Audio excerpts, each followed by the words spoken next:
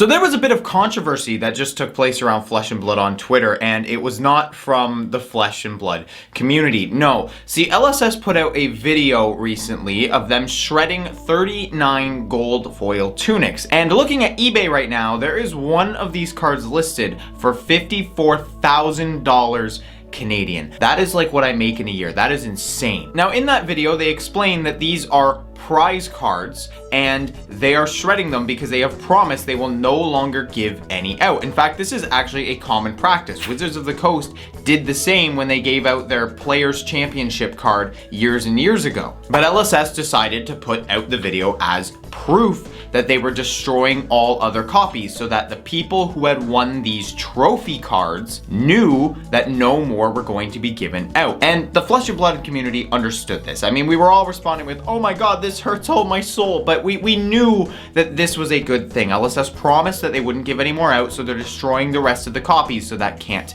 be done. And this probably would have stopped there if not for Magic the Gathering Twitter getting a whiff of what was going on. But you see, the Magic the Gathering community, especially on Twitter, is a different beast entirely. They are rabid dogs, foaming at the mouth, waiting for any misstep from anything that they don't like, and they will pounce upon it. And so today, let us dive down into the cesspool that is Magic the Gathering Twitter, and let's talk about the shredding. So to start this off, there are a couple Magic the Gathering content creators that did talk about this, and these two are not like inflammatory tweets at all by my standards. The first one is from Saffron Olive, who basically just said, imagine Magic the Gathering Twitter if Wizards shredded a bunch of promos. Now, some people took this as him insulting the game.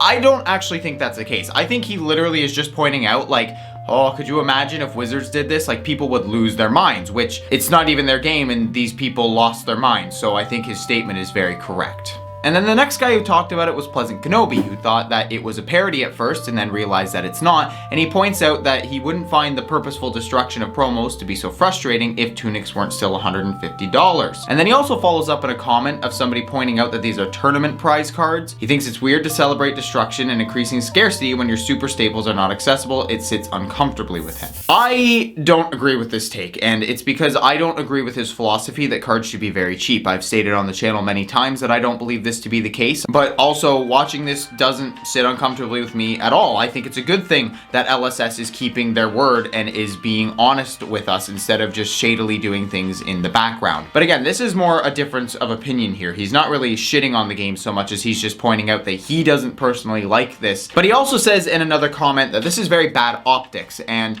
this essentially means that people who are looking in at the situation aren't going to like it. You know, that is actually true. There were a lot of people who didn't like it. But is this necessarily a bad thing? Because let's just take a look at some of these takes and see who doesn't like this. So the most common argument, which is what Pleasant Kenobi was saying, is that these cards are very expensive at their base level. They're not accessible. They're, you know, $150, $175, $200 from depending on the print run. And so that this is a big middle finger to anybody who can't afford it. And this is a very bad take.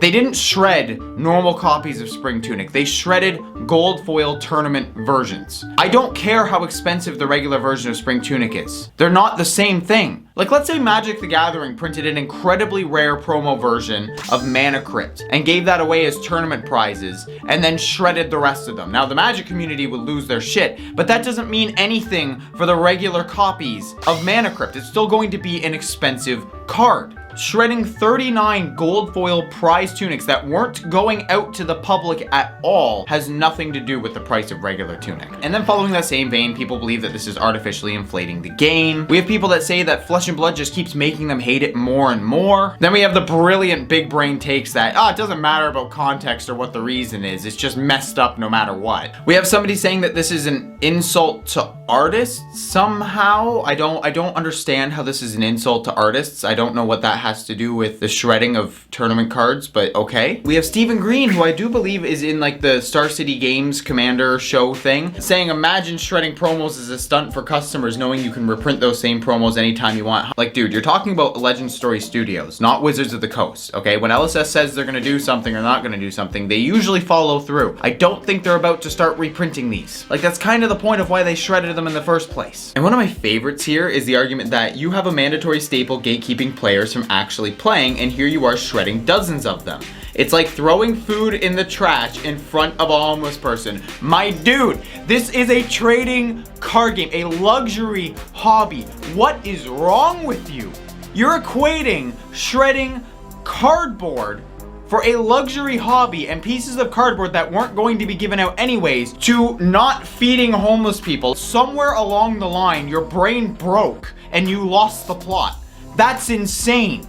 That's actually insane. Then we have another person who doesn't play the game, but saying that if they ever did, they would proxy the hell out of this card just out of spite, because of course you would. We also have people that heard about the rarity system of Flesh and Blood and how some cards are very, very rare, and so they've determined that Flesh and Blood is magnitudes more predatory than Magic. Even though there is a different rarity system in Flesh and Blood, I would also like to point out that Legend Story Studios isn't the company who is arbitrarily making their sealed product ridiculously expensive. Then we have somebody called Mevlia the Skunk who said, wow, I was thinking of getting into Flesh and Blood since I left Magic, but this is stupid and gross. And you know, like, I'm just gonna say what everybody's thinking. Do we really need the furries playing Flesh and Blood? And then we have another furry, based on their profile pic, saying, thought this was a decent game, oh well, got some cheap Firestarter instead, and oh my goodness, oh, he ripped up some of the Chain Blitz deck. He ripped up some tokens and some common equipment.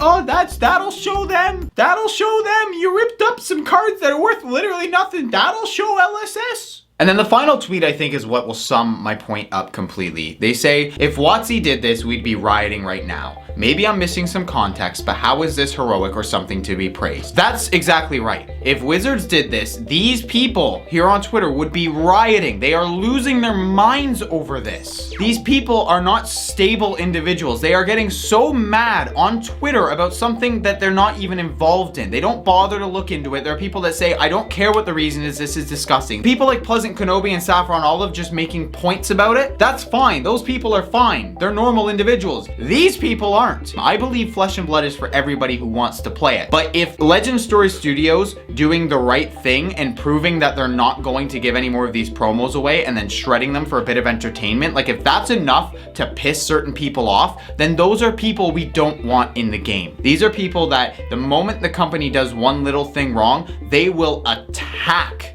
the game. Like, even when Legend Story Studios messes up, the Flesh and Blood community doesn't immediately get vitriolic. Yeah, like, people are critical, some people more than others, but we don't just start ripping into the company demanding that they either change everything or that they go under or that they're evil or awful, but these people would. And so my point is, I think this is a good thing. Because personally, like, I'm kind of okay with the Magic the Gathering furries not playing Flesh and Blood. I don't think we're really losing out on this one. Anyways, if you enjoyed this video, remember to hit that subscribe button. If you want to support the channel, I do have a Patreon. I would appreciate it. You can throw a couple bucks my way if you'd like. It'll make the Magic the Gathering players more angry that you're supporting a guy who's just spent like however much long this video ends up being laughing at them. So I would appreciate that. I love you all very much so.